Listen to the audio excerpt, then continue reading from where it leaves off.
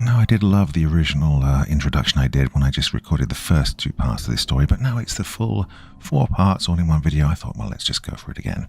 So, as I remember telling you, I did, at one point in my life, have a fantastic opportunity to move to the other side of the world, and I abandoned somebody that I thought I was dearly in love with, and so it was a bit of a sliding doors moment. But everything turned out well, because when I moved to the other side of the world, I found the true love of my life, and I'm still with her more than 25 years later. So, that's the theme of tonight's story. What would you do in pursuit of somebody who you thought was the love of your life? And how do you think it would turn out? Well, without further ado, here we go with I travelled to the true heart of darkness. They called it the Asili. For the first time, all 4 parts in one video. Part 1. I don't really know how to begin with this. Well, okay, my name is Henry Cartwright. I'm 26 years old and, well, I have a story to tell. I've never told anyone this before, God forbid, but something happened to me a couple of years ago. Something horrible, well, beyond horrible. In fact, it happened to me and 7 others. Only 2 of them are still alive, well, as far as I'm aware. The reason that I'm telling this now is because, well, it's been eating me up inside. The last 2 years have been absolute torture. And I can't tell this to anyone without being sent back to the loony bin. The 2 others that survived, I can't talk to them about it because they won't speak to me, and I don't blame them. I've been riddled with such unbearable guilt at what happened 2 years ago, and if I don't say something now, I don't know how much longer I can last. If I will even last, whether I say anything or not. Now, before I tell you this story about what happened to the lot of us, there's something you need to understand. What I'm about to tell you, you won't believe, and I don't expect you to. Well, I couldn't give 2 shits if anyone believed me or not. I'm doing this for me, for those who died, and for the 2 who still have to live on with this. I'm going to tell you this story. I'm going to tell you everything, and you're going to judge me. Even if you don't believe me, you're going to judge me. In fact, you'll despise me. I've been despising myself. For the past 2 years, all I've done since I've been out of that jungle is numb myself with drink and drugs. Numb enough that I don't even recall ever being inside that place. Well, that only makes it worse. Far worse. But I can't help myself. I've gotten all the mental health support I can get. I've been in and out of the psychiatric ward, given a roundabout of doctors and a never-ending supply of pills.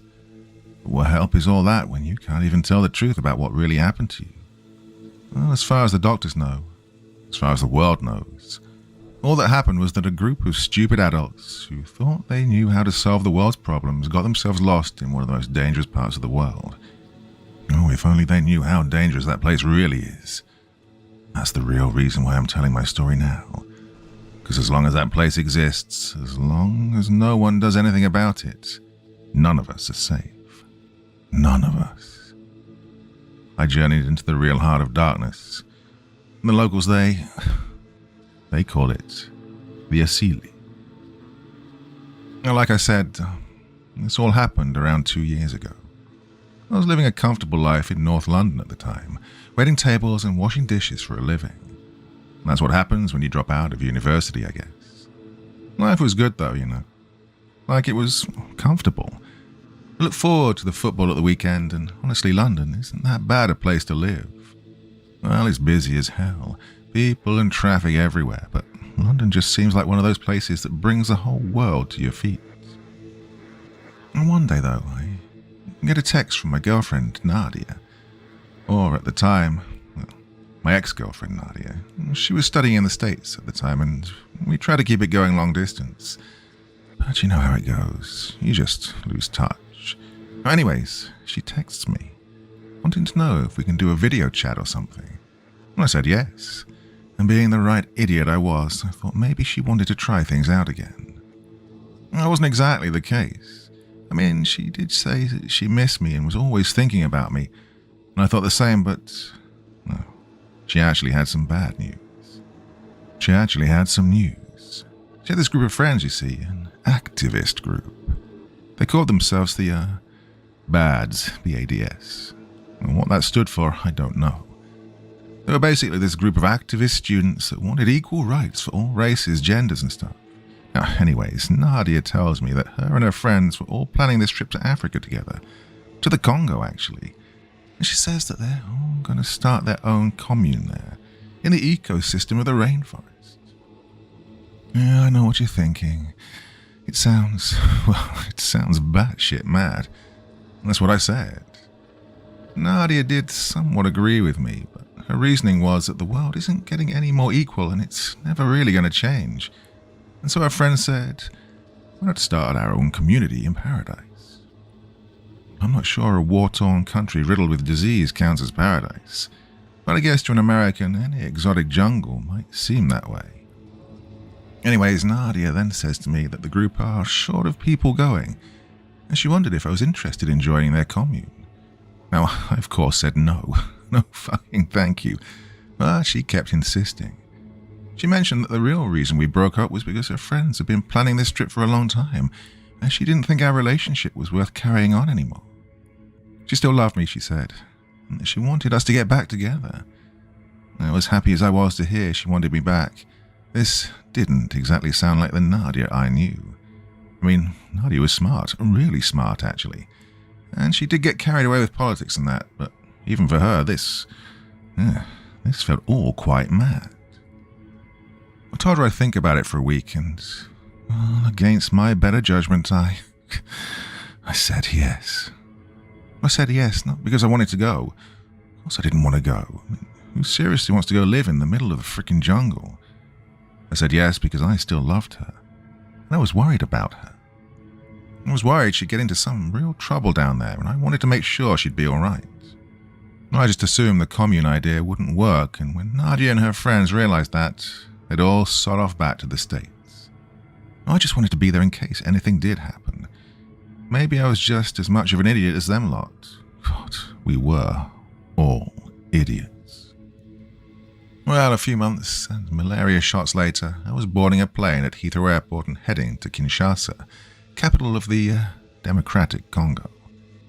My big sister Ellie, she begged me not to go. She said I was putting myself in danger, and I agreed. But I felt like I didn't really have a choice. My girlfriend was going to a dangerous place, and I felt I had to do something about it. My sister, she basically raised me. We both came from a dodgy family, you see, and so I always saw her as a kind of mom. It was hard saying goodbye to her because I didn't really know what was going to happen. But I told her I'd be fine and that I was coming back, and she said, "Oh, you better." Anyways, I get on the plane, and that's when things really start to get weird. It was a long flight, so I tried to get plenty of sleep, and that's when the dreams start. Or rather, the, same dream.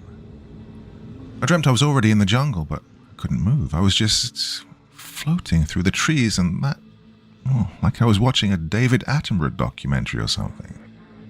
Next thing I know, there's this fence or barrier of sorts running through the jungle. It was made up of these long wooden spikes crisscrossed with one another, sort of like a long row of X's. But on the other side of this fence, the rest of the jungle was it was pitch black. Well, you couldn't see what was on the other side. But I can remember where I wanted to. I wanted to go to the other side, like it was calling me. I feel myself being pulled through to the other side of the fence and into the darkness. And I feel terrified, but, excited at the same time. And that's when I wake up, back in the plane. I'm all panicked and covered in sweat, and so I go to the toilet to splash water on my face. And that's when I realize I really don't want to be doing this. All I think now of doing is landing in Kinshasa and catching the first plane back to Heathrow. Well, I'm still asking myself now why I never did. I land in Kinshasa, and after what seemed like an eternity, I worked my way out to the airport to find Naadia and her friends. Their plane had landed earlier in the day, and so I had to find them by 1 p.m. sharp, as we all had a riverboat to catch by 3. I eventually find Naadia and the group waiting for me outside the terminal doors. They look like they've been waiting a while. As much anxiety I had at the time about all of this, well, it still felt really damn good to see Naadia again. And she seemed more than happy to see me too. We hugged and made out a little. Oof, it had been a while after all. And then she introduced me to her friends. I was surprised to see there was only 6 of them, as I just presumed there was going to be a lot more. But who in their right mind would agree to go along with all of this? Well, the first 6 members of this group were Beth, Chantal, and Angela. Beth and Angela were a couple, and Chantal was Nadia's best friend. Even though we didn't know each other, Chantal gave me a big hug, as though she did. That's Americans for you, I guess. The other 3 members were all lads: Ty, Jerome, and Moses.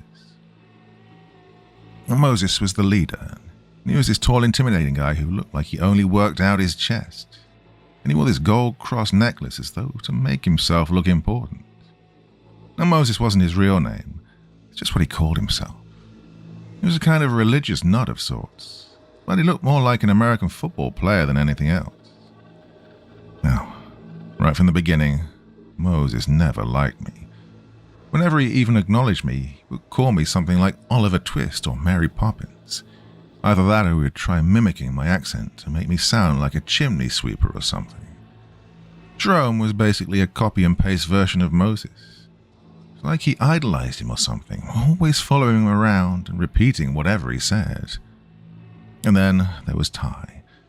Even for a guy, I could tell that Ty was good looking. He kind of looked like a Rastafarian, but his dreads only went down to his neck.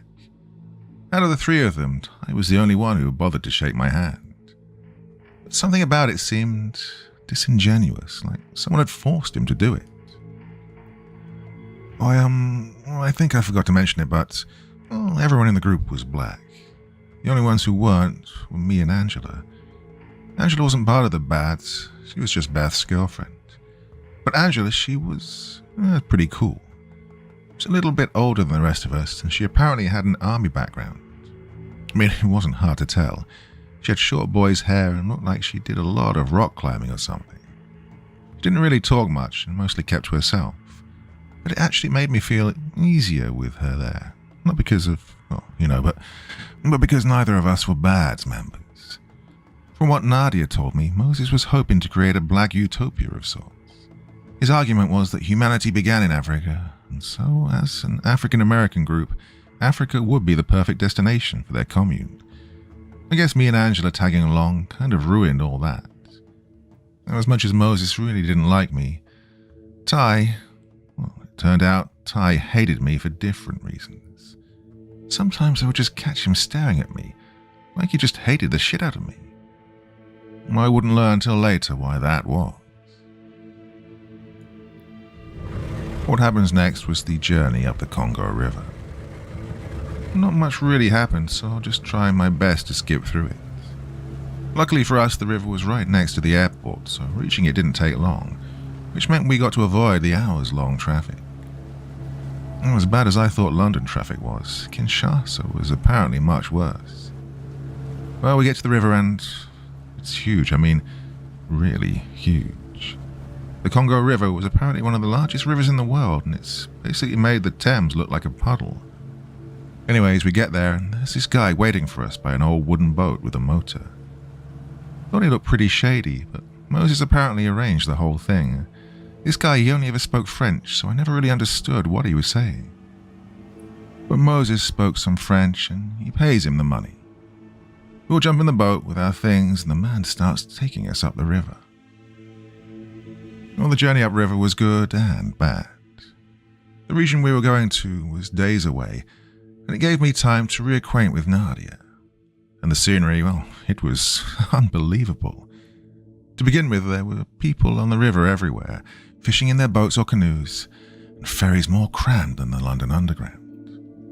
On the halfway point of our journey, we stopped at this huge, crowded port town called Mundanka to get supplies, and after that, everything was different. Well, the river, I mean. The scenery. It's like we'd left civilization behind or something. Everything was green and exotic. It honestly felt like we'd stepped back in time with the dinosaurs. Someone on the boat did say that the Congo had its own version of the Loch Ness Monster somewhere. That it's a water dinosaur that lives deep in the jungle. It's called the, Makole Bembe or something like that. Where we were going, I couldn't decide whether I was hoping to see it or not. I did look forward to seeing some animals on this trip, and Naadia told me we'd probably get to see hippos or elephants, but that was a total letdown. We could hear birds and monkeys in the trees along the river, but we never really got to saw them. Yes, I thought this boat ride was going to be a safari of sorts. We did see a group of crocodiles sunbathing on the riverbank, and if there was one thing on that boat ride I feared the most, it was definitely crocodiles. I think I avoided going near the edge of the boat the entire way there. When the heat on the boat was unbearable. For like half the journey it just poured with rain. But the humidity was like nothing I'd ever experienced. In the last 2 days of the boat ride, all it did was rain constantly. I mean, we were all drenched. And the river started to get more and more narrow. Like narrow enough for only one boat to fit through. The guy driving the boat started speeding around the bends of the river at a dangerous speed. I honestly didn't know why he was in a rush all of a sudden. We curve around one bend, and that's when we all notice a man waving us down by the side of the bank. It's like he'd been waiting for us. Turns out this was also planned.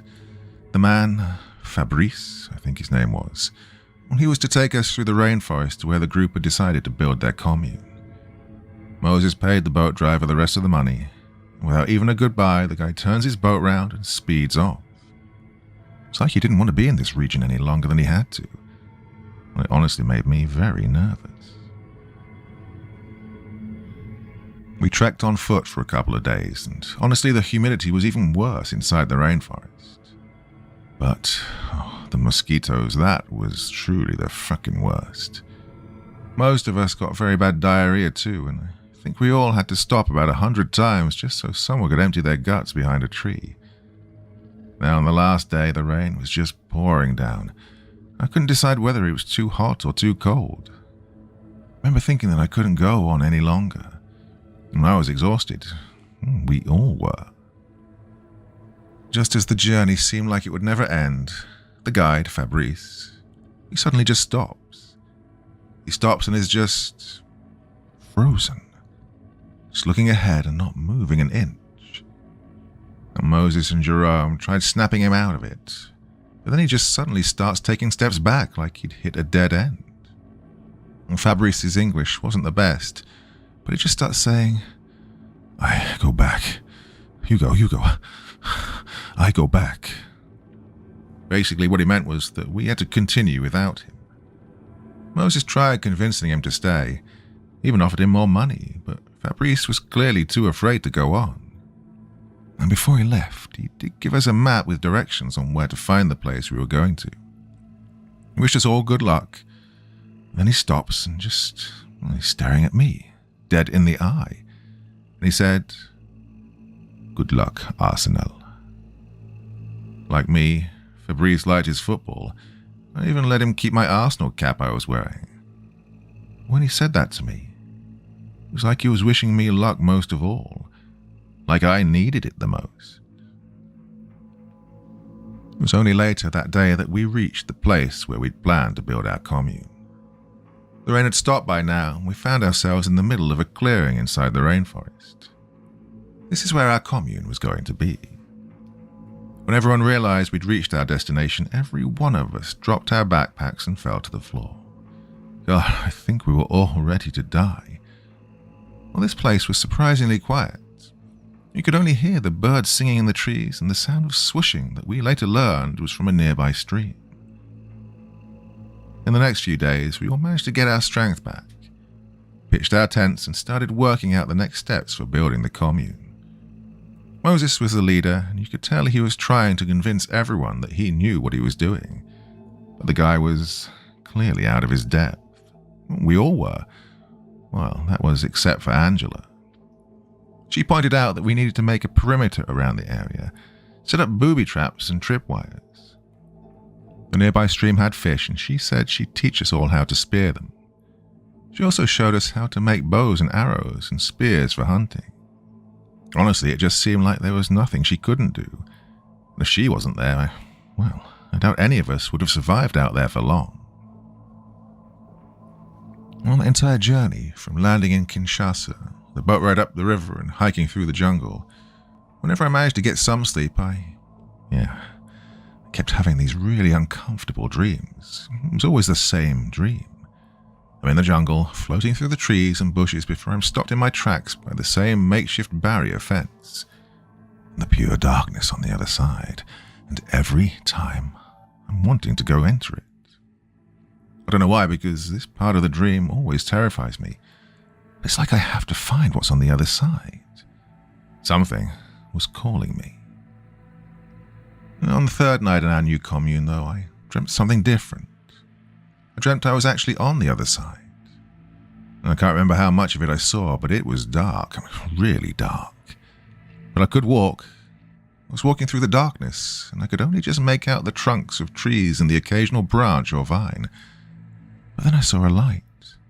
Ahead, only 20 meters away. I tried walking towards the light, but it was hard. Like when you walk or run in your dreams, but you barely move anywhere. I do catch up to the light. It's just a light, glowing. But then I enter it. I enter and I realize I've entered what I've entered. It's now a clearing. A perfect circle inside the jungle. Dark green vegetation around the curves, and inside the circle, right bang in the middle, is one single tree. Or at least the trunk of a tree. A dead, rotting tree. It had these long, snake-like roots that curled around the circle's edges, and the wood was very dark, almost black in color. A pathway leads up to the tree, and I start walking along it. The closer I get to this tree, I see just how tall it must have been originally. A long stump of a tree leaning over me like a tower. Its shadow comes over me, and I feel like I've been swallowed up. But then the tree's shadow moves away from me, as though beyond the jungle's darkness is a hidden rotating sun. And when the shadow disappears, I see a face. High above me on the bark of the tree, carved into it. It looked like a mask, like an African tribal mask. The face was round and it only had slits for eyes and a mouth, but somehow the face looked like it was in agony, the most unbearable agony. I could feel it, but it was like torture, like being stabbed all over 1,000,000 times or having your own skin peeled off while you're just standing there. I then feel something down by my ankles. I look down to my feet, and around me, around the circle, see the floor of the circle is covered with what looks like hands. Severed hands scattered all over. I try and raise my feet, panicking. God, I'm too scared to step on them, but then the hands start moving, twitching their fingers. They start crawling like spiders all around the circle. The ones by my feet start to crawl up my legs, and I'm too scared to brush them off, and now I feel myself almost being molested by them, but I can't even move or do anything. I feel an unbearable weight come over me, and I fall to the floor, and that's when I hear a zip.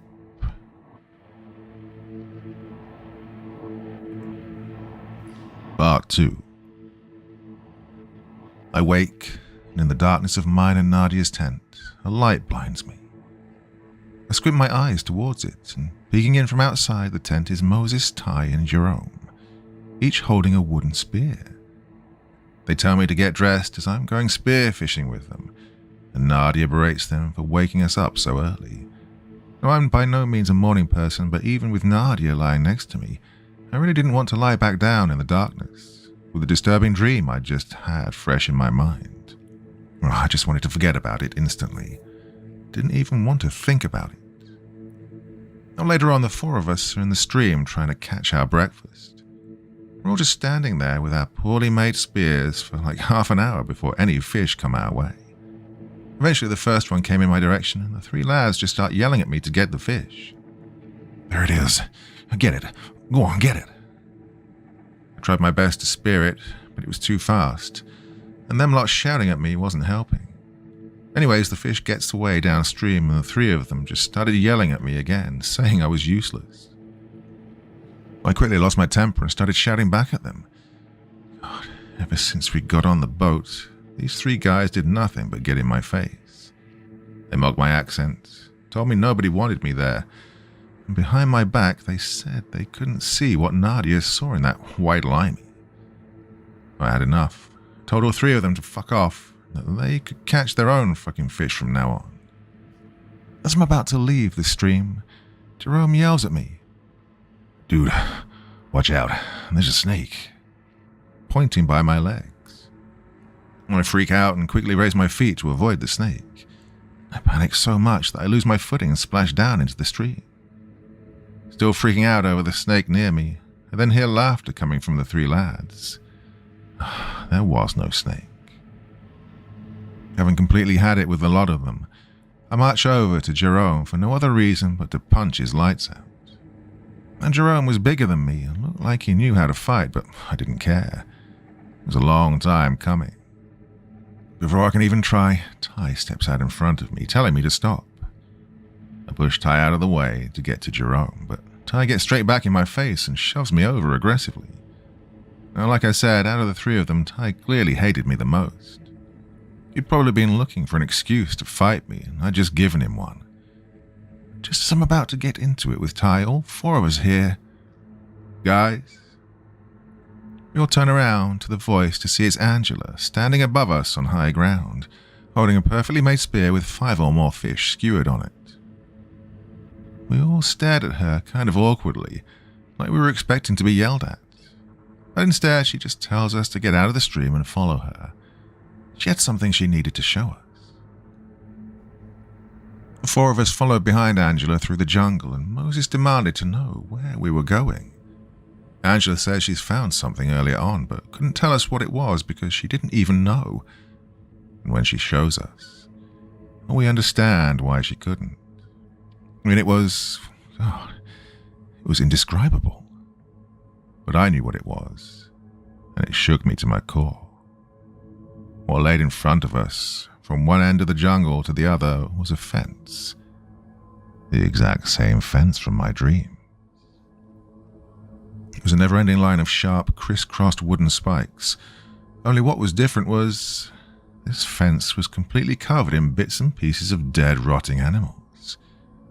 There were skulls, monkey skulls, animal guts, intestines, infested with what seemed like hundreds of flies buzzing around, and the smell was like nothing I'd ever smelled before. All of us were in shock. Didn't know what this thing was. Even though I recognized it, I didn't even know what it was, and while Angela and the others argued over what this was, I stopped and stared at what was scaring me the most. It was the other side. On the other side of the spikes was just more vegetation, but behind it you couldn't see anything. It was darkness, like the entrance of a huge tropical cave. And right as Moses and Angela start to get into a screaming match, we all turn to notice something behind us. Standing behind us, maybe 15 meters away, staring at us, was a group of 5 men. They were wearing these dirty, ragged clothes, like they'd had them for years. And they were all small in height. In fact, they were very small, almost like children. But they were all carrying weapons, bows and arrows, spears, machetes. Whoever these men were, they were clearly dangerous. There was an awkward pause at first, but then Moses shouts out, "Hello?" at them. He takes Angela's spear with the fish and starts slowly walking towards them. We all tell him to stop, but he doesn't listen. One of the men starts approaching Moses. Looks like he's their leader. There's only like 5 meters between them when Moses starts speaking to the man, telling them we're Americans and we don't mean them any harm. He then offered Angela's fish to the man, like an offering of some sort. Well, the way Moses went about this was very patronizing. He spoke slowly to the man as he probably didn't know any English, but well, he was wrong. In broken English, the man said, "You American?" Moses then says loudly that we're African American, like he forgot me and Angela were there. He again offers the fish to the man and says, "Here, we offer this to you." The man looks at the fish, almost insulted, but then he looks around past Moses and straight at me. The man stares at me for a good long time. And even though I was afraid, I just stared right back at him. I thought that maybe he'd never seen a white man before, but something tells me he was something else. The man continues to stare at me with wide eyes. And then he shouts, "Our fish. You take our fish." Frightened by this, we all start taking steps backwards, closer to the fence. And all Moses can do is stare back at us. The man then takes out his machete and points it towards the fence behind us. And he yells, "No safe here. You go home. Go back, America." The men behind him also began shouting at us, waving their weapons in the air, almost ready to fight us. We couldn't understand the language they were shouting at us in, but there was one word, a word I still remember. They were shouting at us, "Asili, Asili, Asili," over and over. Moses, the idiot he was, he then approached the man, trying to reason with him.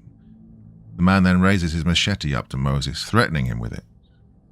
Moses throws his hands up for the man not to hurt him, and then he slowly makes his way back to us without turning his back to the man. As soon as Moses reaches us, we head back in the direction we'd come from, back to the stream and the commune. But the men continue shouting and waving their weapons at us. And as soon as we lose sight of them, we run. When we got back to the commune, we tell the others what had just happened, as well as what we'd seen. Like we thought they would, they freaked the fuck out. Well, we all speculated on what the fence was. Angela said that it was probably a hunting ground that belonged to those men, which they'd barricaded and made to look menacing to scare people off. This theory made the most sense. But what I didn't understand was, how the hell had I dreamed of it? How the hell had I dreamed of that fence before I even knew it existed? I didn't tell the others this because I was scared that they might think, well, what they might think. But when it was time to vote on whether we stayed or went back home, I didn't waste a second in raising my hand in favor of going. It was the same for everyone else. The only one who didn't raise their hand was Moses. He wanted to stay. This entire idea of starting a commune in the rainforest, it was his. It clearly meant a lot to him, even at the cost of his life. His mind was more than made up on staying, even after having his life threatened. And he made it clear to the group that we were all staying where we were. And we all argued with him, told him he was crazy, and things were quickly getting out of hand. But that's when Angela took control. Once everyone had shut the fuck up, she then berated all of us. She said that none of us were prepared to come here, and that we'd all had no idea what we were doing. She was right. We didn't. She then said that all of us were going to go back home, no questions asked, like she was giving us an order. And if Moses wanted to stay, he could. He'd be more than likely here to die alone. Moses said he was willing to die here, to be a martyr to the cause or some shit like that. But by the time it got dark, we all agreed that in the morning, we were all going back downriver and back to Kinshasa. Despite being completely freaked out that day, I did manage to get some sleep. I knew we had a long journey back ahead of us, and even though I was scared of what I might dream, I slept anyways. And there I was, back at the fence. I moved through it, through to the other side. Darkness and identical trees all around, and again I see the light, and again I'm back inside of the circle, with the huge black rotting tree stood over me. But what's different was, the fence wasn't there. It was just the tree, but I could hear breathing coming from it. Soft but painful breathing like someone was suffocating. Remembering their hands, I look around me but nothing's there, it's just the circle. I look back to the tree and above me. High up on the tree I see a man. He was small like a child, but he was breathing very softly but with painful breaths. His head was down and I couldn't see his face. But what disturbed me was the rest of him. This man, this childlike man against the tree. He'd been crucified to it. He was stretched out around the tree and it almost looked like it was birthing him. Oh, all I can do is look up to him, terrified, unable to wake myself up. But then the man looks down at me.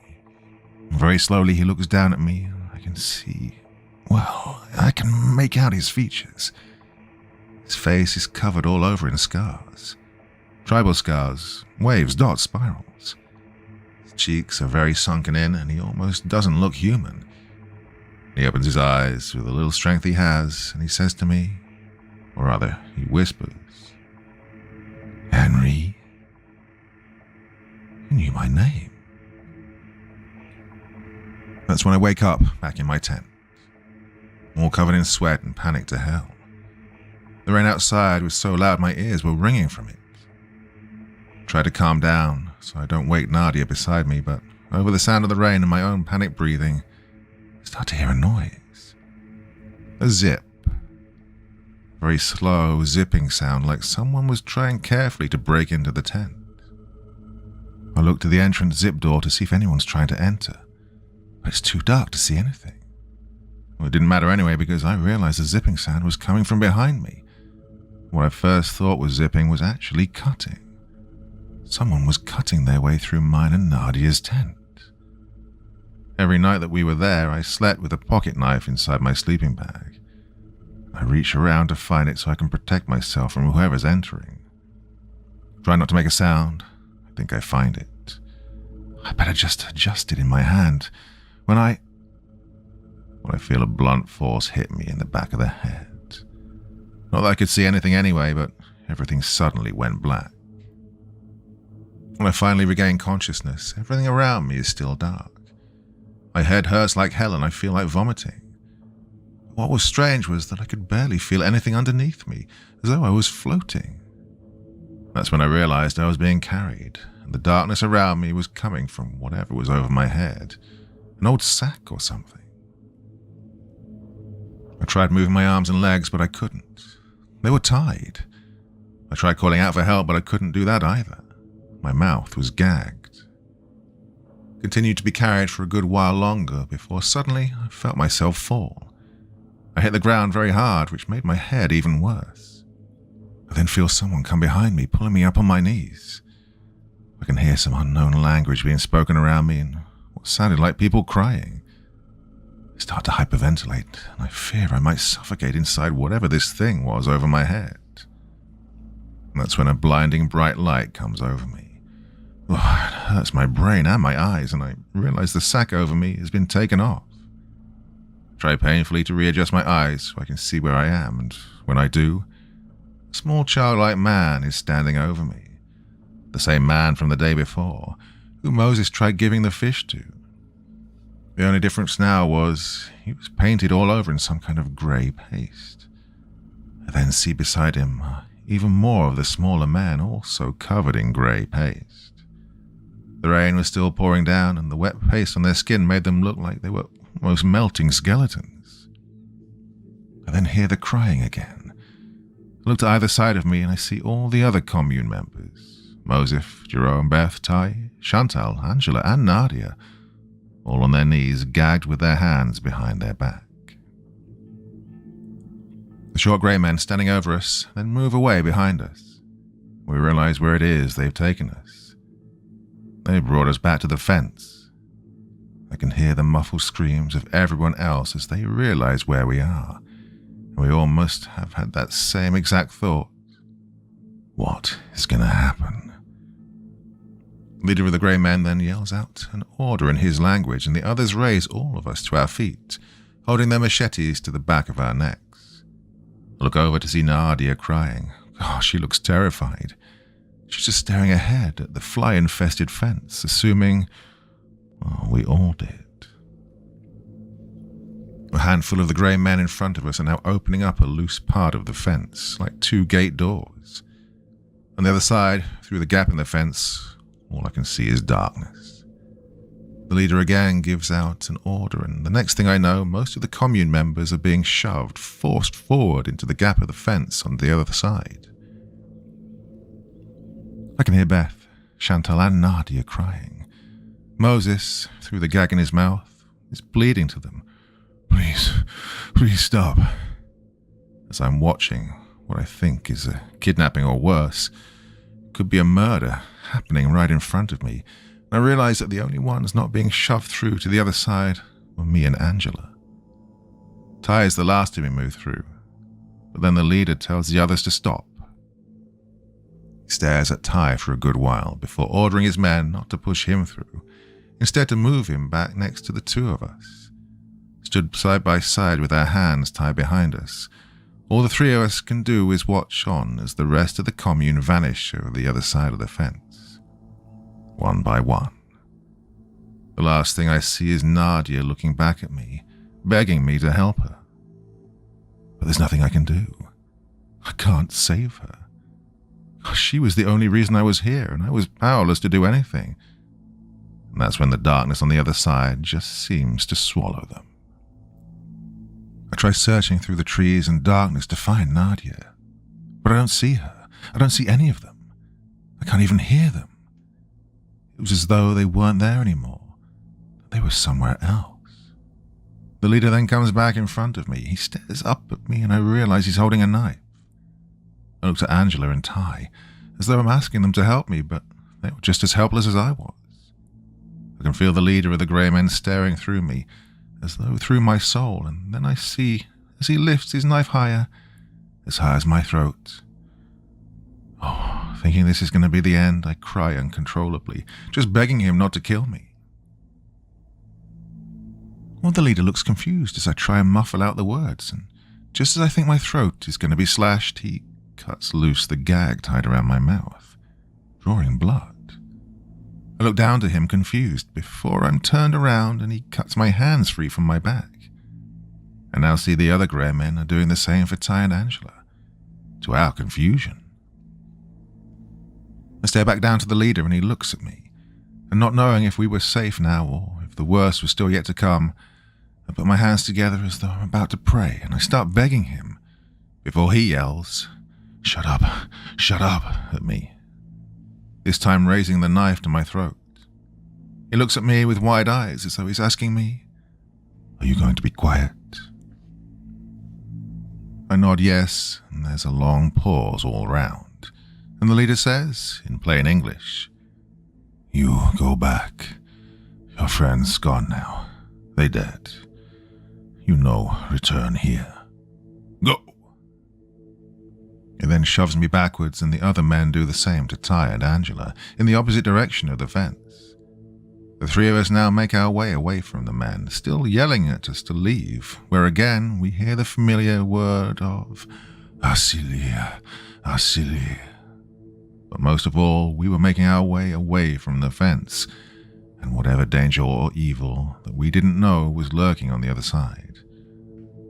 The other side where the others now were. Now, if you're wondering why the three of us were spared from going in there, we only managed to come up with one theory. Me and Angela were white, so if we were to go missing, there'd be more chance of people coming to look for us. But I know that's not good to say, but it's probably true. And as for Ty, he was mixed race, and so maybe they thought one white parent was enough for caution. The three of us went back to our empty commune, to collect our things and get the hell out of this place we never should have come to. Angela said the plan was to make our way back to the river, flag down a boat and get a ride back down to Kinshasa. Ty didn't agree with this plan. He said as long as his friends were still there, he wasn't going to go anywhere. Angela said that was stupid, and the only way we could help them was to contact the authorities as soon as possible. To Ty's and my own surprise, I agreed with him. I said the only reason I came here was to make sure Naadia didn't get into any trouble, and if I left her in there with God knows what, this entire trip would have been for nothing. I suggested that our next plan of action was to find a way through the other side of the fence and look for the others. It was obvious by now that me and Ty really didn't like each other, which at the time seemed to be for no good reason, but for the first time, he looked at me with respect. We both made it perfectly clear to Angela that we were staying to look for the others. Angela said we were both dumb fucks and we were going to get ourselves killed. I couldn't help but agree with her. Staying in this jungle any longer than we needed to was basically a death wish for us, Like when you decide to stay in a house once you know it's haunted. But I couldn't help myself. I had to go to the other side, not because I felt responsible for Naadia, but I had an obligation to go and save her, but no. It was because I had to know what was there. What was in there, hiding amongst the darkness of the jungle? I was afraid, beyond terrified actually, but something in there was calling me, and for some reason I just had to find out what it was. Not knowing what mystery lurked behind that fence was making me want to rip off my own face, peel by peel. Well, Angela went silent for a while. You could clearly tell she wanted to leave us here and save her own skin, but by leaving us here, she knew she would be leaving us to die. Neither me nor Ty knew anything about the jungle, let alone how to look for people missing in it. Angela groaned and said, "Oh, fuck it." She was going in with us, and so we planned on how we were going to get to the other side without detection. We eventually realized we just had to risk it. We had to find a part of the fence, hack our way through, and then just enter it. And that's what we did. Angela, with a machete she'd bought at Mdanka, hacked her way through 2 different parts, creating a loose gate of sorts. When she was done, she gave the go-ahead for me and Ty to tug the loose piece of the fence away with a long piece of rope. Well, we now had our entranceway. All 3 of us stared into the dark space between the fence, which might as well have been the entrance to hell. Each of us took a deep breath, and before we dared to go in, Angela turns to say to us, "Remember, you guys asked for this." None of us really wanted to go inside there. Not really. I think we knew we probably wouldn't get out alive. I had my secret reason, and Ty had his. We grabbed each other by the hand, as though we thought we might easily get lost from each other. With a final anxious breath, Angela led the way through the gap in the fence, through the first leaves, branches, and bush, through to the other side, and finally into the darkness. Like someone's eyes when they fall asleep, not knowing when or if they'll wake up. Well, this is where I have to stop. I can't go on any further. I thought I could when I started this, but no. This is all I can say. For now, anyway. What really happened to us in there, God, I don't know if I can even put it into words. All I can say is that what happened to us already, it was nothing compared to what we would eventually go through. What we found. God, even if I told you what happens next, you wouldn't believe me. But you would also wish I never had. There's still a part of me now that thinks it might not have been real. For the sake of my soul, for the things I was made to do in there, I really hope this is just one big nightmare. Even if the nightmare never ends. Oh, just please don't let it be real. Well, in case I never finish this story, in case I'm not alive to tell it, I'll leave you with this. I googled the word Asili a year ago, trying to find what it meant. It's a Swahili word, and it means the beginning. Part 3. Well, it's been a year now. You've all been asking me to finish the story. You've been trying to track me down, spreading my story on the internet, coming up with your theories as to what the Asili really is. Oh, you were all wrong. You want to know how the story ends? Fine, I'll tell you. And everything I've told you so far, the fence, the grey men, friends lost inside the Asili. Everything that comes next is what I've been afraid to tell. The stuff of nightmares. Well, we'd passed through the barrier and entered the darkness on the other side. I woke up and all I could see were the tops of trees high above me. They were that tall I couldn't even see where they ended. Couldn't even see the sky. I remember not knowing where I was. Couldn't even remember how I'd ended up in this jungle. I hear Angela's voice and I see her and Ty standing over me. Didn't even remember who they were at first. I think they knew that because Angela asked me if I know where we are. I take a look at my surroundings and I see the jungle. We were surrounded on all sides by a never-ending maze of almost identical trees.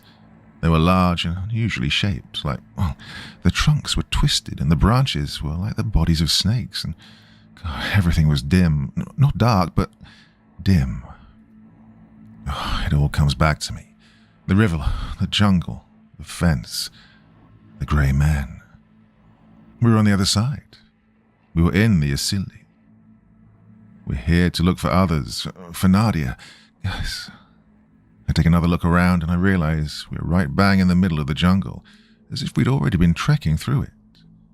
I asked Ty and Angela where the fence had gone, but they asked me the same thing, and they didn't know. They said all three of us woke up on the jungle floor, but I didn't wake for another good hour. This didn't make any sense. I started freaking out, and Ty and Angela tried to calm me down. Not knowing what to do next, we decided we needed to find which way the rest of the commune went.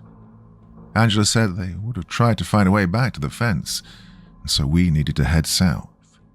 The only problem was, we didn't know which way south was. The jungle was too dark and we couldn't even use the sun because we couldn't see it. The only way we could find where south was to guess. Following what we hoped was south, we walked for days through the dimness of the jungle, continually having to climb over the large roots of trees. And although the jungle was flat, we felt as though we'd been going up a continual incline. As the days went by, me, Ty, and Angela began to recognize the same things. Every tree we passed was almost identical in a way. They were the same size, same shape, and even the same sort of contortion. But what was even stranger to us, stranger than the identical trees, was the sound. There was no sound, none at all. No birds singing in the trees, no monkeys howling. Even by our feet, there were no insects of any kind. The jungle was dead quiet, and the only sound came from us, from our footsteps, our exhausted breaths. It was as if nothing lived here, as if nothing even existed on this side of the fence. Even though we knew something was seriously wrong with this jungle, we had no choice but to continue, either to find the others or to find the fence. We were so exhausted that we lost count of the number of days we'd been trekking. Even Angela forgot. On one of those days, I felt as though I'd reached my breaking point. I'd been lagging behind the others for the past 2 days. I couldn't feel my legs anymore, just pain. Struggled to breathe with the humidity. Well, that was still here on this side of the jungle. I'd already used up all my water from my backpack, and I was too scared to sleep through the night. On this side of the fence, I was afraid the dreams would be far more intense. Through the dim daylight of the jungle, I wasn't sure if I was seeing things or hearing things. What fueled me to keep going was to find Naadia. And if not, even that, to find what was here, what was calling me. It didn't even matter anymore because I was done. It all became too much for me. The pain, the exhaustion, the heat. I decided I was done. And by the roots of some tree, I collapsed down, knowing I wouldn't be getting up any time soon. And realizing I wasn't behind them, Ty and Angela came back for me. They berated me to get back on my feet and start walking. We didn't have time on our side after all. I told them I couldn't. Just couldn't carry on anymore.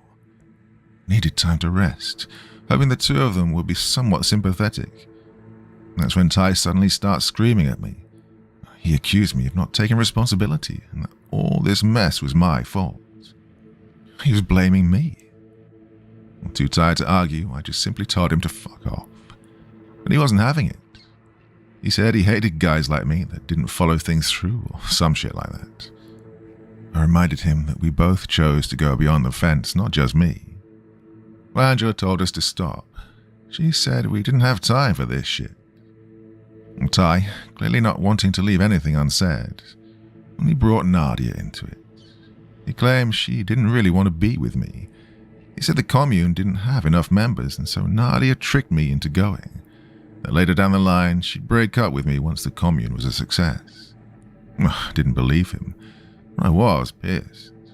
Called him a liar. Said him and the others just couldn't stand to see one of their own with a white guy. And that's when he said it. What I'd suspected all along. He didn't hate me just because I was with Naadia. He hated me because he was with Naadia. Well, she didn't end things with me because we were drifting apart, or this frickin' trip to Africa. It's because she was with him. Oh, it was all a lie. God, I'd risk my life for her. For a lie. Well, I think all three of us knew where this was going, and before it did, Angela tried shutting the whole thing down. She told me to get the fuck up and for Ty to keep walking. She said, "We're not doing this now." But she knew, she already fucking knew. Ty already finished what he'd had to say, but I wasn't done with him.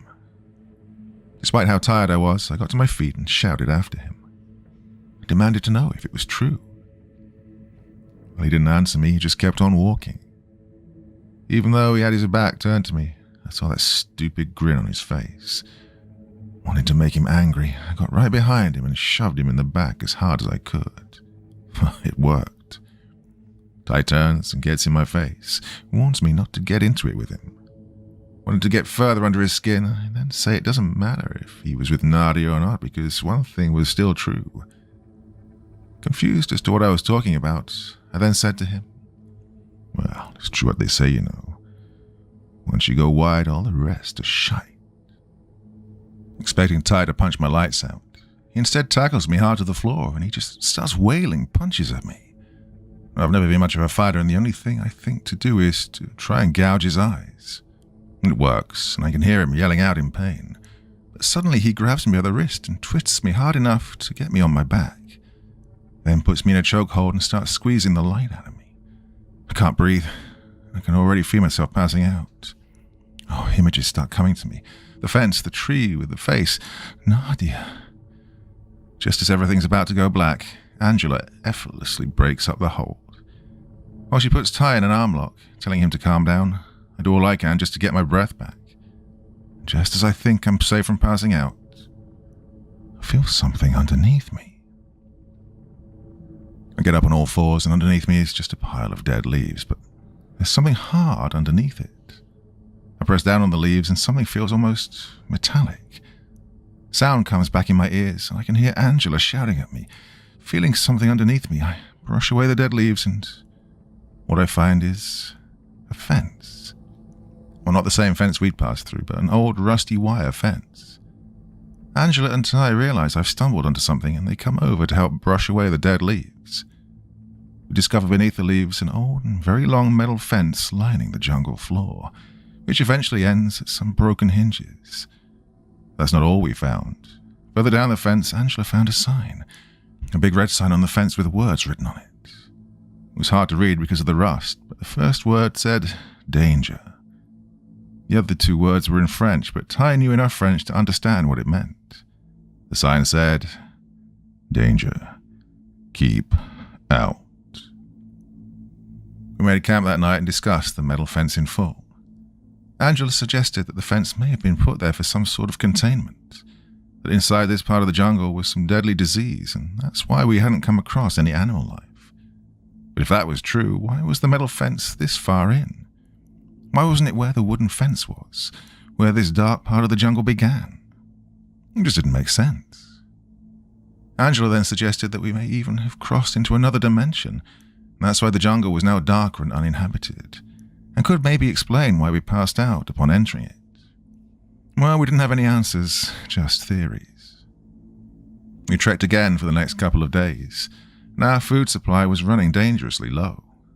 We'd used up all of our water by now, but luckily this jungle had rain, and was more than moist for us to soak whatever we could from the leaves.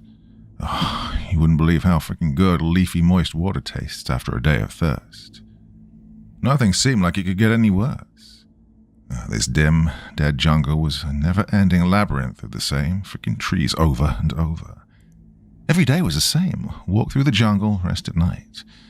Freaking Groundhog Day. We might as well have been walking in circles. But that's when Angela came up with a plan. Now her plan was to climb up a tree until we found ourselves at the very top, in the hopes of finding wherever the jungle ended, any sliver of civilization or anything. Well, I grew up in London. I'd never even seen trees this big, and what's worse, I was terrified of heights. Well, the tree was easy enough to climb because of its irregular shape, The only problem was we didn't know if the treetops even ended. They were like massive freaking beanstalks.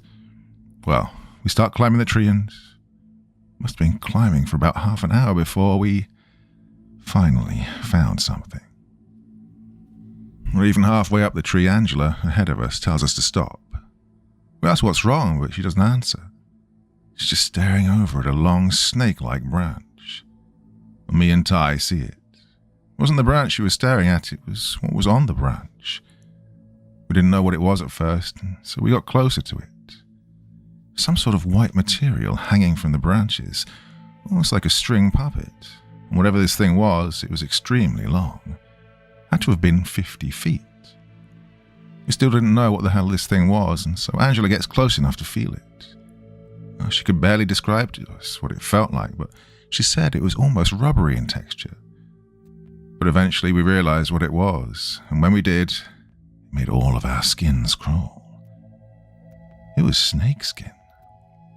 Oh, this skin, this 50 feet long skin, belonged to a snake. How big was this fucking snake? The first time in this jungle, the three of us realized we weren't alone, and if its skin was up here in the trees, then it was probably in the trees.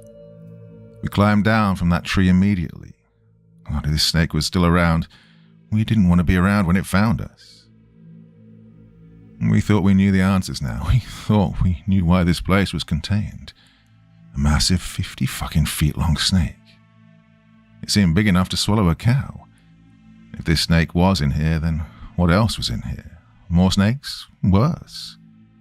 Is that why the grey men warned us to stay away from this place? Is that why Naadia and the others were thrown in here? Some sort of sacrifice to it? We thought we were finally beginning to solve the mystery of this place. But we were wrong. Dead wrong. I did sleep a handful of those nights. As terrified as the dreams made me, well, I still wanted answers. Ty and Angela thought we'd found them, and even though I knew we hadn't, I let them keep on believing it. For some reason, I was too afraid to tell them about my dreams. Maybe they also had the same dreams, but like me, kept it to themselves. But I needed answers. How had I foreseen the fence? What was the tree with the face? The crucified man? God, I needed the answers. I needed it. That night, knowing there was a huge prehistoric-sized snake that could take any one of us at any minute, I chose not to sleep. We usually took turns during the night to keep watch, but I kept watch that whole night. All night I stared into the pure black darkness around us, just wondering what the hell was out there, waiting for us. I stared into the darkness, and it was as if the darkness was staring back at me, laughing at me. Whatever it was that brought me into this place, it must have been watching me. Guessed it was now probably the early hours of the morning, but pure darkness was still all around. The fire had gone out and I couldn't see anything, not even my own hands. Like every night in this place, it was dead quiet. Then I hear something. God, it was so faint I could barely hear it. It must have been so far away. I thought maybe my sleep deprivation was causing me to hear things again, but the sound seemed to be getting louder, just so slightly, like someone was turning up a car radio inch by inch. The sound was clearer to me now, but I couldn't even describe it to myself.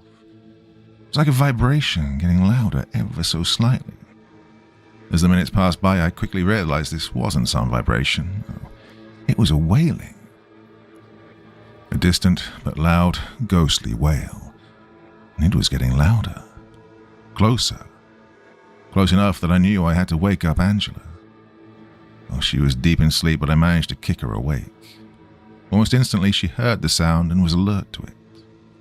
We both listened. It was getting closer. We woke up Ty, and the three of us looked around to find which way the wails were coming from. It seemed to be coming from all around us.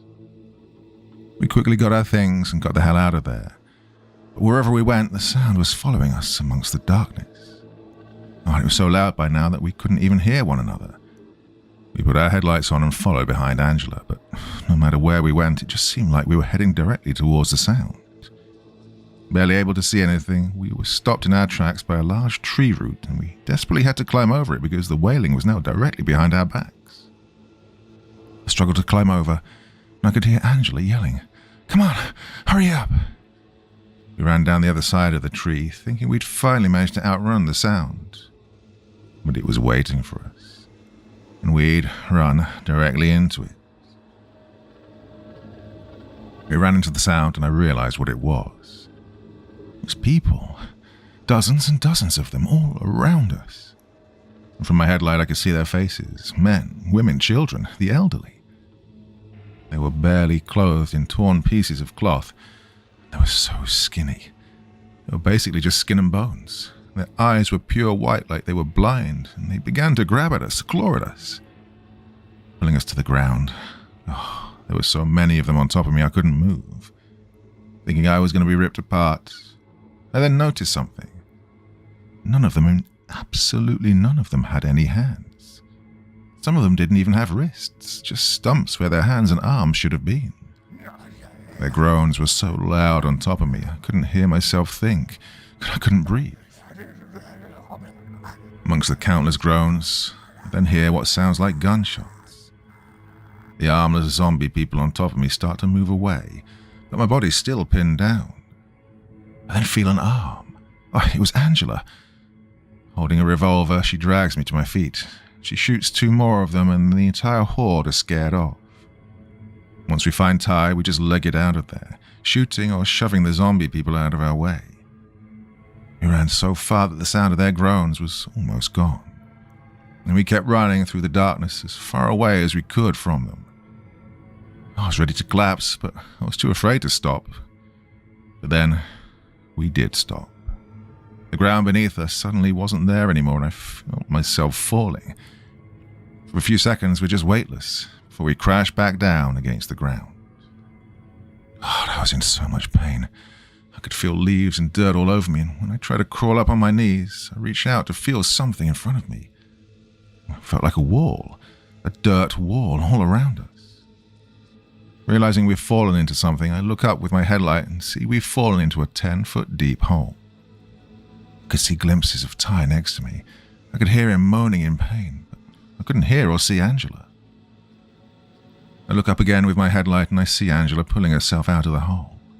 Oh, she must have managed to hold onto the edge. Once she was on the surface, me and Ty yelled out for her, but all Angela could do was stare down into the hole, clueless on how she'd get us out. Well, being trapped down there wasn't the worst of our problems. No, the groans had returned. We could hear them down here, but it now sounded like there were hundreds of them getting closer. We were too far down to see Angela's face, but we saw her headlight moving frantically back and forth, from us and the oncoming whales. We yelled out to her again, but she couldn't hear us. We were too far down and the sounds on the surface were too loud. Angela was shouting something back down to us, but we couldn't hear her either. I can't be certain what she said, but I think it was, "I'm sorry." Before the whales could reach us, could reach her, Angela's headlight was gone. She'd left us. Left us to the whales, to the dozens or even hundreds of zombie-like people. She left me alone with Ty. We were now down there for what felt like hours. Our headlights had died, leaving us both trapped in pure darkness.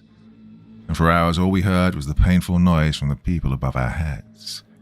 God, it was like fucking torture. I felt like I was going mad from it. Even though Ty was right next to me, I couldn't help but feel like I was completely alone down here, with only the darkness and the endless whales taking his and even Angela's place. But then, the darkness gives me something. Gives us something, a light, a faint, warm orange light. 10 feet above our heads. It was the reflection of fire. It seemed like it was moving repetitively around the edges of the circle. Ty must have seen it too, because suddenly I can feel him hitting me, getting my attention. And if there was fire, then there was people. I mean, real freaking people.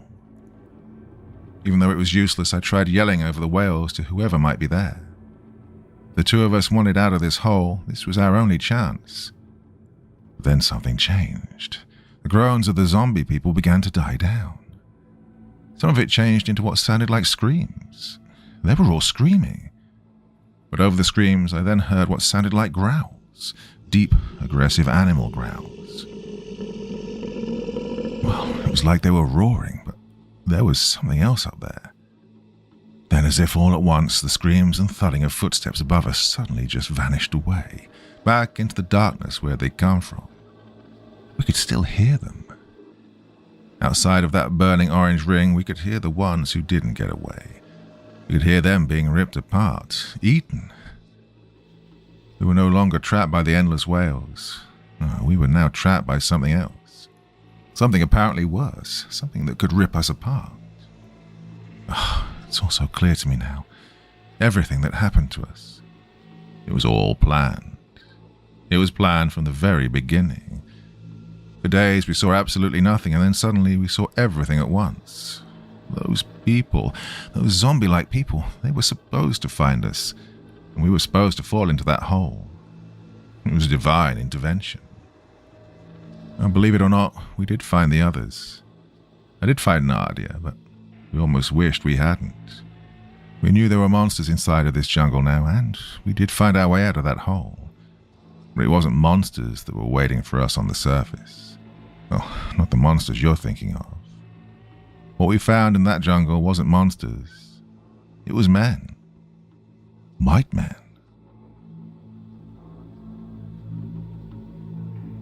Part 4. Well, we're at the ending now.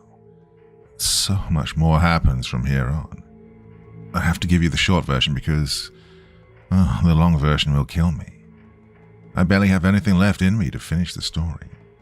But what comes next is the true horror of the Asili.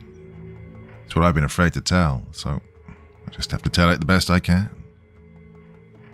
Me and Ty were in the hole. Terrified by the events of that night, we stayed awake till the dimness of the jungle's daylight returned to the surface. Still pitch black inside our hole, but at least from the dim circular light above us, we knew the horrors of the night had probably disappeared. Like I said, the two of us did manage to get out of that hole. But we didn't escape from it, we were rescued.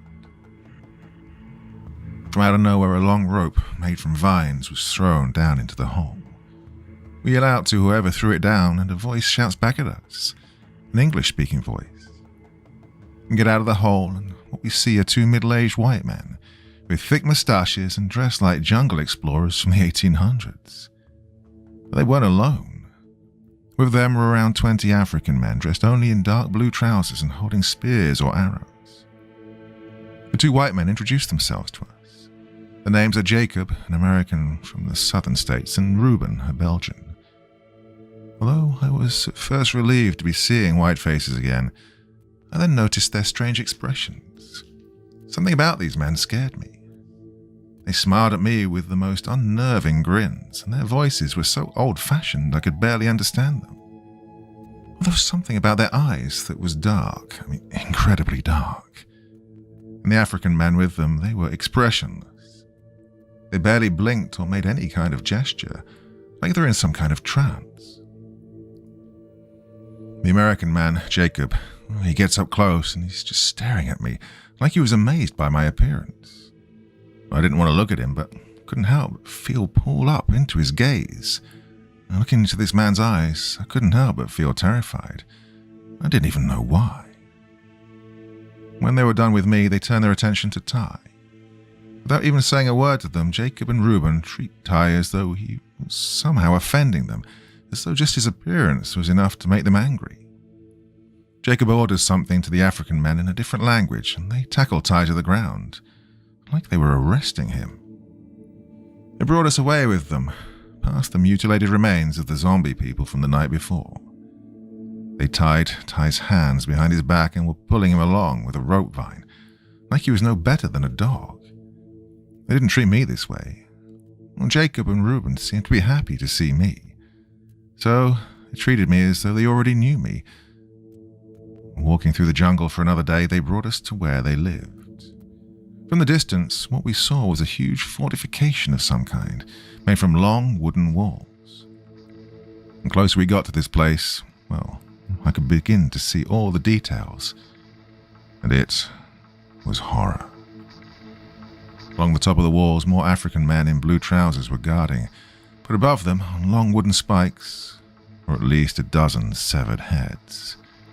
Or worse than this, right outside the walls of the fort were wooden crosses, 5 of them, but on them, inside them, were decaying, rotting corpses.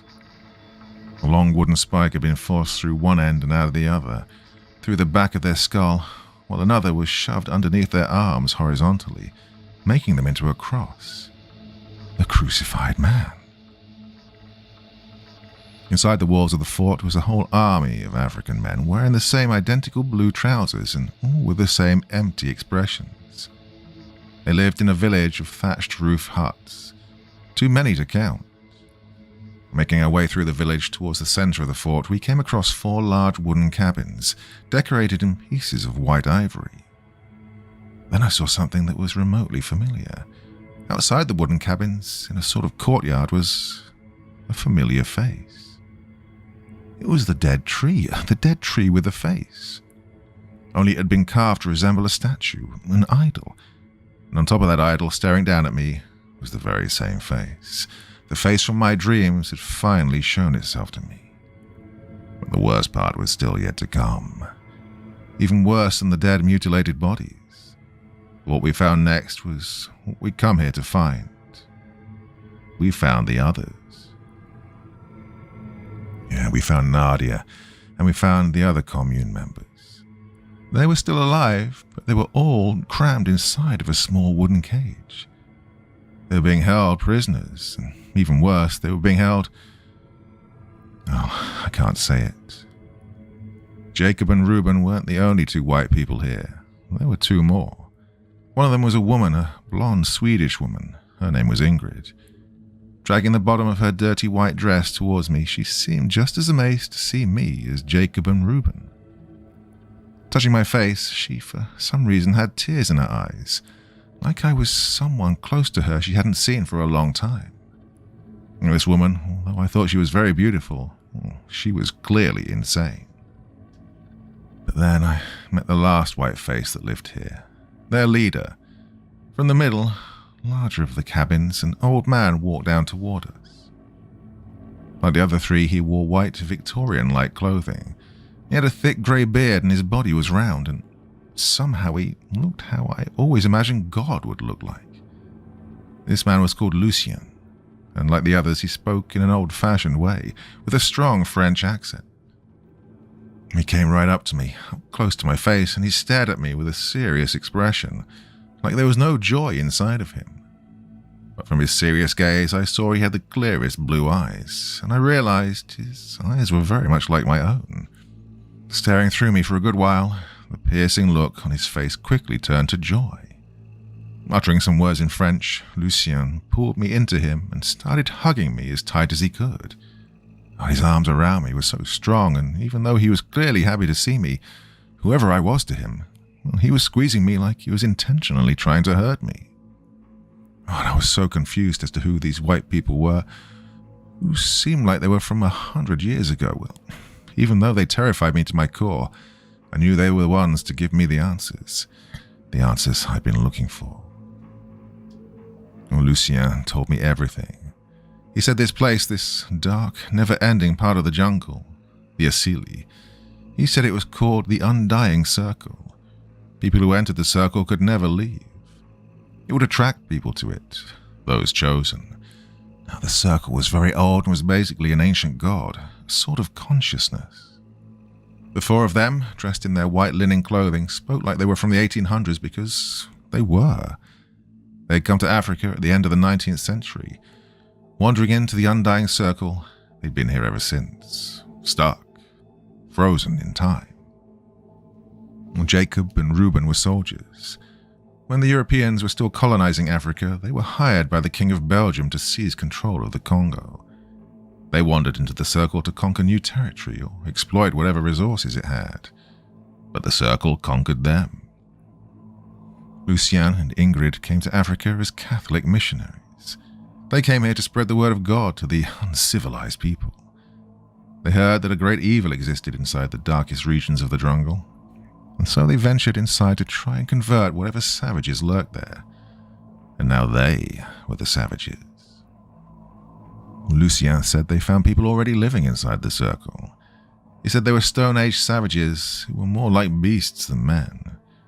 Jacob and Reuben's army went to war with them and killed them all. They took their kingdom for themselves and made it their own. They chose Lucien as their leader and worshipped the Undying Circle as their new god, the god who allowed them to live forever. In this jungle they were kings, and they could do whatever they wanted. But they still weren't alone in the jungle. Whoever lived here before, the ones who survived Lucien's army, they formed themselves into a new kingdom, a new tribe. Lucien's army had killed all the men, but some of the women survived. They were a tribe of women, but Jacob said they weren't women anymore, not even human. There was something else. Like them, they worshipped the circle as a god, but believed it was female. Whatever it was they worshipped, Jacob said it turned them into some sort of creatures who painted their skin red, head to toe in the blood of their enemies. They were extremely tall with long, stretched-out limbs, and even had sharp teeth and talons. Jacob said they were cannibals who ate the flesh of men. Well, this all sounded like racist bullshit to me. But in the Asili, in the Undying Circle, it seemed every nightmare was possible.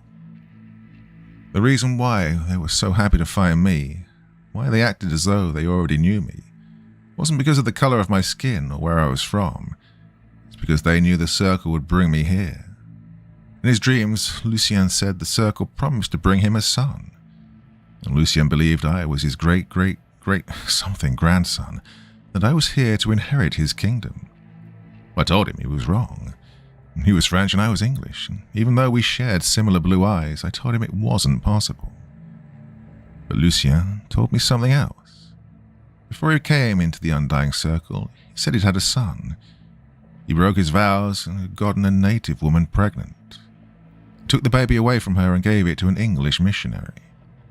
Whoever this missionary was, he brought the baby back with him to England to be raised and educated in the civilized world. I didn't know if he was telling the truth. I mean, was I really his descendant? Well, I didn't believe it. I chose not to believe it. I wasn't one of them. I would never be one of them. Oh, they made me do things. They forced me to do things I didn't want to do. They kept prisoners. Jacob forced me to beat them. He put his sword in my hands and made me kill the ones who were too weak to work. He made me cut off their hands. He wanted me to keep them as trophies. The female prisoners who the white men found attractive, they were forced to roam free as concubines. Naadia was one of them. If she wasn't, I would have been forced to hurt her. And even after everything she put me through, cheating on me, lying on me, tricking me into coming to this place I never should have come to, but after that I still couldn't do it. But I did it to the rest of them. And what's worse is that I enjoyed doing it to them. I enjoyed it. It made me feel powerful.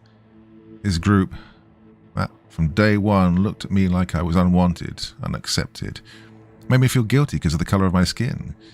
Every hour of pain I put them through, I took pleasure from it. The one I wanted to hurt most of all was Ty. God, I hated him. I was jealous of him. He took Naadia away from me. I wanted to make him suffer, but I couldn't. He wasn't my prisoner. He was Ingrid's. He was Ingrid's concubine. I couldn't touch him, and it infuriated me. There's something you need to understand. This place, the Undying Circle, the Asili, brings out the darkest parts of you. Yeah, whatever darkness lies in your heart, the circle brings it out of you, allows it to overtake you. Jacob and Reuben came here as soldiers, and now they were tyrants. They were monsters. Ingrid was from a time when women were oppressed, and now she oppressed those who were seen as beneath her. Lucien came to spread the message of the god he loved. Now he denounced him. He served another god, an evil god. In this place, in this jungle, he was God. I was a white guy from London. Diversity was all I knew. I accepted anyone and everyone, even if they never really accepted me. Is this what I truly am? In my darkest of hearts, am I a racist? Of all the horrors I came across in that jungle, I feared myself the most. I was a god here, a king. I had power over life and death. I didn't want it. I didn't want any of it. Whatever part of me was still good, I called upon it. Well, the man I was before, he wasn't here anymore. He lived on the other side of the Asili. Beth and Chantal were dead. They died of weakness. Last I saw of them, they were just skin and bone. As long as Naadia was a concubine, at least she was being fed. As for Moses and Jerome, two young, strong African men, well, they became soldiers in Jacob and Reuben's army. Things they did were almost as bad as me. Like me, the circle preyed on their darkness. But they didn't want to be soldiers. They didn't want to be followers. They wanted to be free. So they escaped the fortress and took their chances in the jungle. It didn't take long for Jacob and Reuben to find them. They'd already killed Jerome. He put his head on top of the wall with the others. But they gave Moses to me. They made me cut off his hands while he was still alive. I could hear Naadia screaming at me to stop, but I kept on beating him until he wasn't screaming anymore. Moses loved God. He loved Jesus Christ, and even though he begged them in his final moments, no one was there. Yeah, Moses looked for God in his final moments, but didn't find him. I looked for that part of me that was supposed to be good, that once knew love and kindness. Every night I woke only to see the darkness and the smell of death, but one night, through the surrounding black void of my cabin, I found him. I saw him through the darkness. He told me what I needed to do, why I'd come here in the first place. Well, that night I went out of my cabin. The fort was quiet, empty, but the torches were still lit all around. Ty was in the courtyard, tied to a wooden pole by his neck. I held up my knife to him. I wanted him to know that I had the power to kill him, but instead I was going to cut him free. Even though he had no reason to, I needed him to trust me. I told him we needed to save Naadia. Then the three of us were getting out of this place, that we'd take our chances in the jungle. Well, Ty was expressionless. The circle's darkness had clearly gotten to him. He looked up at me, with murder in his eyes, but then he agreed. He was with me. As Ty went away in the direction of Ingrid's cabin, I went into Reuben's. I opened the door slowly. I couldn't see, but I could hear him breathing. I put my hand over the sound coming from his mouth, and with my knife I pressed it into his neck. I heard him react under my hand, and I pressed down even harder. I heard the blood gurgling inside his mouth and felt his nails scrape deep into my skin. But now Reuben was dead. I had killed him while he slept, and in his final moments, he didn't even know why. I leave Reuben's cabin and I make my way towards Jacob's. I found Ty there, waiting for me.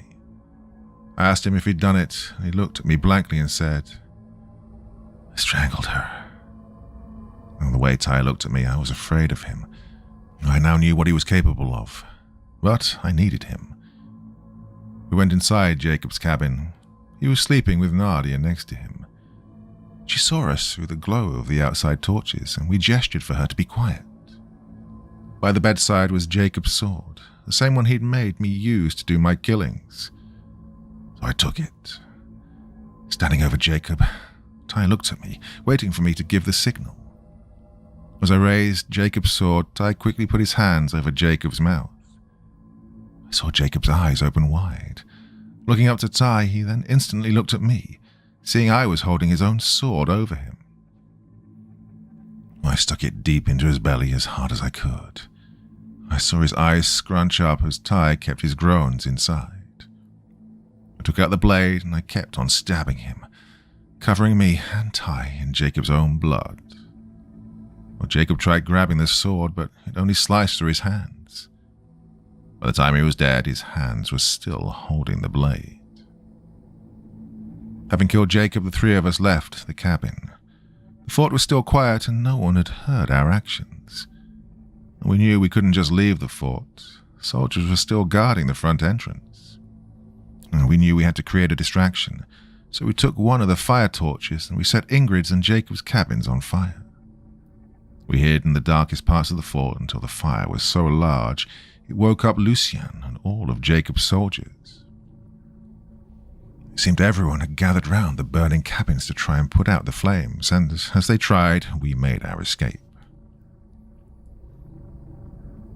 The entrance was unguarded, so we ran outside the fort and into the darkness of the jungle. We journeyed through the Circle's jungle for days, unsure where it was we were even going. We knew we could never escape, but taking our chances out in this jungle was better than the hell that existed inside there. God, I feared what we'd run into, what we'd find. I feared that Lucien and his army would be coming after us. I feared the predatory monsters we'd only seen glimpses of, and I feared that Jacob was telling the truth, and there was some tribe of man-eating creatures who'd be stalking us. Just like when we first entered this jungle, we saw nothing. Again, we were trapped among the same identical trees and vegetation. Before the circle, the Asili just seemed as though it spat us back out. We were free. God, we'd found our way out of that place. And we were still in the jungle, the real jungle, but whatever dangers the Congo had, it was nothing compared to the horrors in there. We found our way back to the river, back down to Kinshasa, and finally we found our way home. We never told the truth about what happened to us. We said we got lost, that the others had died of disease or hunger. It was easy for them to believe because the truth wasn't. I went back to London, and Naadia went home to her family. I tried to get in touch with her, but I couldn't. She ignored my texts, my calls. She no longer wanted anything to do with me. And to this day, I don't even know where she is, if she went back to the States to be with Ty. The past 3 years, I felt completely alone. I've had to live with what I've been through, alone. But it's what I deserve. The Asili had turned me into a monster, a murderer. It almost seems like just a bad dream, and it wasn't really me that committed all those things. But it was. And if you're wondering how it was we got out of that place, well, I think the Asili allowed us to leave, like it wanted us to. Whatever the Asili was, it was evil. It had worshippers, followers. It was basically a religion. Maybe it wanted us to tell the world what we'd seen and been through. Maybe it wanted more people to come here and bow to its will. Maybe I'm doing more damage than good by admitting its existence. Well, we never found out what happened to Angela. Don't even know if she's still alive. Maybe she's still out there somewhere, surviving. What if the tribe of women had found her? What if they weren't the monsters Jacob said they were? That they were just survivors who fought against Lucien's tyranny? Angela was a warrior. She knew how to survive. I'd almost like to think she became one of them. If she never escaped the Asili like we did, I'd like to think that that's the best fate she could have had. Well, I did my research, tried to find whatever I could to explain what the Asili really is. I only came up with one answer. It's the center of evil. Evil leaks out of that place, slowly infecting the farthest corners of the world. And the Congo has always been at war with itself, and anyone who goes there turns into that very same evil.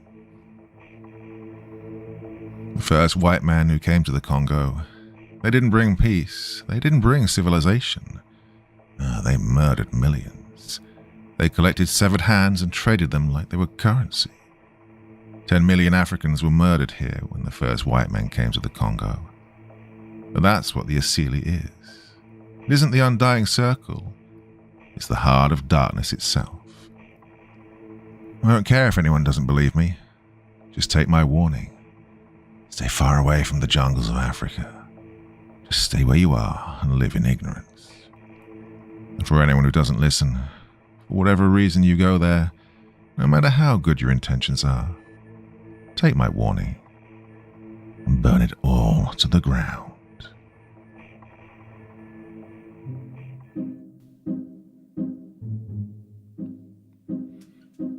So yeah, that one was equal parts strange, equal parts weird, equal parts horrifying, I guess. A lot of things going on there. If you've ever read Joseph Conrad's Heart of Darkness, you'll recognize a lot of the thematic elements of venturing deep into the Congo. That was also the story that Apocalypse Now was based on, going into what we consider to be the unknown, the unreachable parts of the planet that we inhabit, and the evils and whatever you might find there. So yeah, that was a pretty interesting story. Hope you enjoyed it. Sorry I took a bit of time getting to record the other two parts. I did promise them the week after the first two parts, and life happened. This is a crazy busy time of year for me. I work in academia, as most of you will know, and I've just had hundreds of papers to grade, and it's been very tiring, but I got there in the end. Anyway, I'll be back again with a podcast over on my second channel tomorrow night. If you're not sure of my podcast channel, it's there and also everywhere pretty much that you get podcasts. So if you're interested in listening to me in a different form, then I am available to you. God, what am I talking about? Anyway, that's enough for this evening. I'll be back again here on Wednesday with another long monster story. A couple of hours worth of story, brand new stuff coming up then. So, till then, my dear friends, you'll sleep well and, don't venture into the dark.